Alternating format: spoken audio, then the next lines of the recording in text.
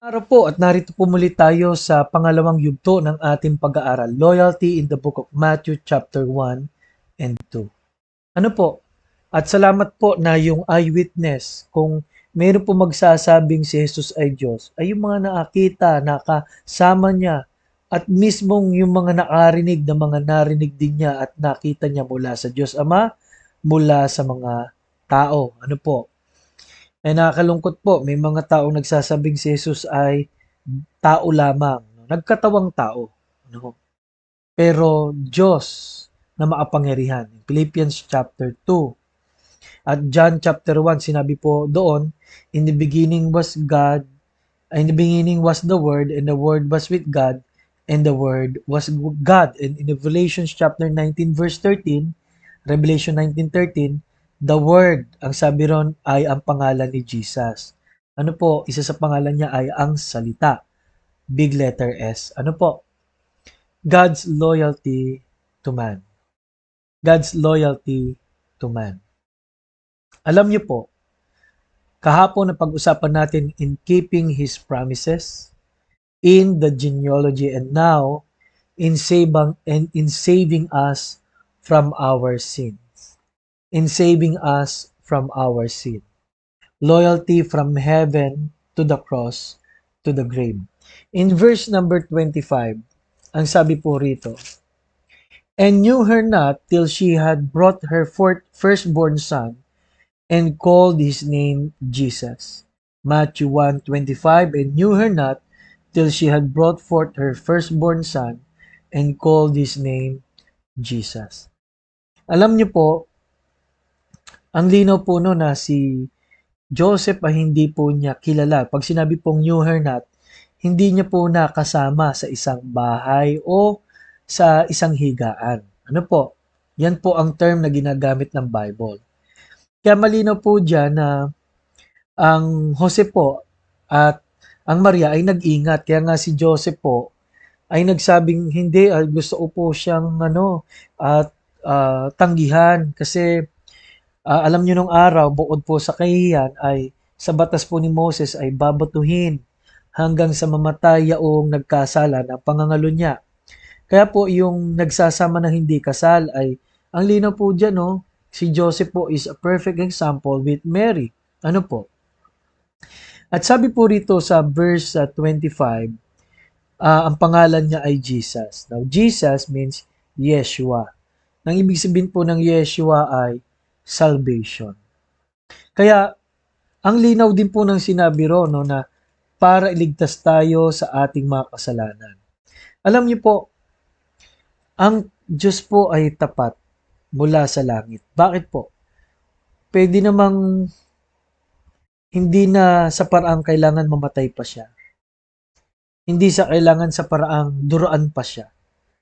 At hindi sa paraang kailangan mabuhay pa siya mula sa mga patay.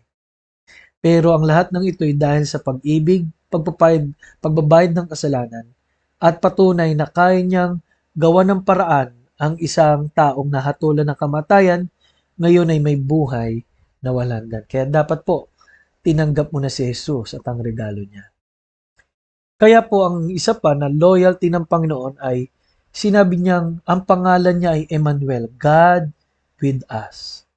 Alam niyo po, napakahaba ng panahon na gusto ng Diyos ang tao ay makasamang muli. Nasira po ang relasyon ng tao at sa Diyos nung sinabi ng Bible na namatay ang taong kakain ng bunga. Hindi po namatay physically but the relationship, the spiritual presence of God, and the blessings upon those who believe and those who have been created in the likeness of God. Because sin have entered into the presence of God and His created people. Ano po? Kasalanan na umiral, nagrebelde lalo ang tao sa Diyos. At ngayon, God with us. Sa sino mang sumampalataya ay binigyan ng karapatang maging anak ng Diyos at Efeso 1:13, ang Espiritu niya ay itinatak sa atin. Kaya tapat po ang Diyos na nagbabago dahil sa Espiritu ng Diyos. Sa Romans 8:17, ano po, at Galatia chapter 5 verse 22 to 23, ang Espiritong yan ay Espiritu ng pagbabago at Espiritu ng transformation ng isang makasalanan. God with us. Kamusta po ang tunay na pinananahanan ng Diyos?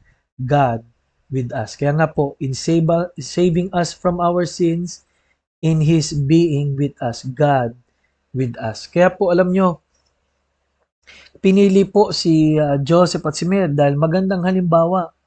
No? Pangalawa, walang kasalanan ng Panginoon dahil ipinaglihi po si Jesus sa pamagitan ng banal na Espiritu, ang sabi po ng 23. Hindi po siya may bahid ng kasalanan. Ginamit lang ng Panginoon ay physical na paraan para ipanganak siya sa mundong ito. Pangatlo po, ang isa pang dagdag dito ay ang anghel ng Panginoon. Laging nagpapaalala at kaya ngayong ang banal na Espiritu ay nasa atin na, ang sabi po ng John 15, siya po ang tagapagturo at tagapagpaalala. Kung meron po tayong mga bagay na nalilimutan sa salita ng Diyos, mga kabiguan ay ire-refresh tayo ng Diyos. Kaya dapat po, lagi tayo nag-aaral ng salita ng Panginoon. Ano po? Kaya salamat po in His being with us and in saving us from our sins. Malaki po ang nakalipas na mga pag-aaral natin na ginawa ng Diyos, sanctified, justified, glorified.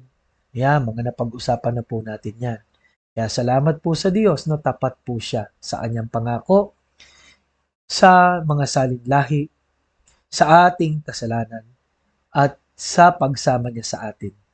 Bukas po sa part number 3 ay ang kanyang proteksyon at pag-iingat.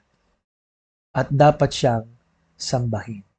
Maraming salamat po. Ito po si Pastor Paul Borahang nagsasabing kailangan natin ang Panginoon.